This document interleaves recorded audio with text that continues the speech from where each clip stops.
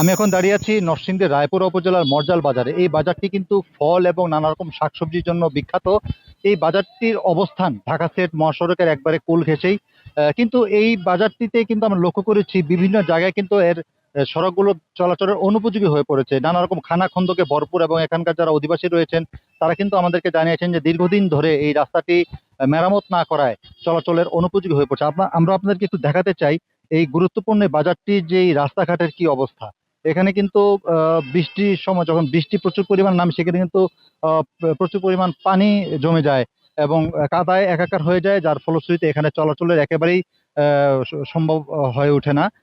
যারা কৃষকরা রয়েছেন তারা আমাদেরকে জানিয়েছেন যে এই বাজারটি তাদের এই অত্র এলাকার জন্য প্রসিদ্ধ এবং এখানে এসে তারা কিন্তু তাদের পণ্যগুলো বিক্রি করেন। কিন্তু এই রাস্তাঘাটের দুর্দশার কারণে কিন্তু তাদের আসতে অনেক বেগ পেতে হয় এবং অনেক কষ্ট করে তাদেরকে আসতে হয়। বিশেষ করে যখন বৃষ্টি হয় তখন কিন্তু এই রাস্তায় হাঁটু পানির মতো জমে যায় এবং মানুষ কিন্তু বলতেছেন যে এখানে এই রাস্তা দ্রুত মেরামত না করায় তাদের এই ভোগান্তি কিন্তু দিনকে দিন বেড়ে চলেছে। আমরা এখানকার এক ব্যবসায়ীর সাথে কথা বলবো যে ওনারা আমাদেরকে জানাবেন যে কি অবস্থা।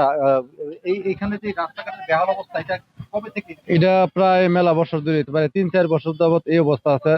কিন্তু কোনো সরকার বা কোনো কমিটি বাজারে কারো এই রাস্তার কোনো উন্নয়নের দিকে কোনো কাজ করে না। যে যার মতো আছে, কিন্তু এই রাস্তার জন্য আমাদের বাজারে অনেক ক্ষতি হয়। এই যে লটকলের সিজনে প্রচুর কাঁচামাল আসতো এই বাজারে, কিন্তু এই রাস্তার জন্য এখন প্রায় 40% ব্যাপারই আসে না, গিরস লটকল নিয়ে আসে না, কারণ রাস্তা ভালো না। রাস্তা ভালো না কার কারণে এই লটকলের বাজারের মধ্যে যে ব্যবসায়ীরা আসে লটকল কেনার জন্য, এরা বিভিন্ন বাগানে চলে যায়। এতে করে কিন্তু বাজারের অনেক ক্ষতি।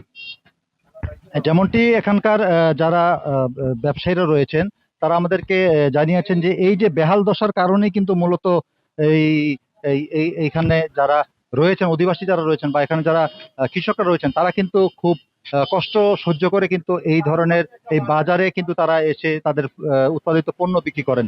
তবে তারা জোর দাবি জানিয়েছেন অতি দ্রুত যেন এই রাস্তাটির মেরামত করে আবার চলাচল উপযোগী করা হয়, যাতে করে এই বাজারের অবস্থা বা এই বাজারে যে বেচাকেনা সেটি আরো জমে ওঠে এবং আহ, কৃষক যারা রয়েছেন বা এখানে যারা ব্যবসায়ী রয়েছেন তারা যেন লাভবান হন।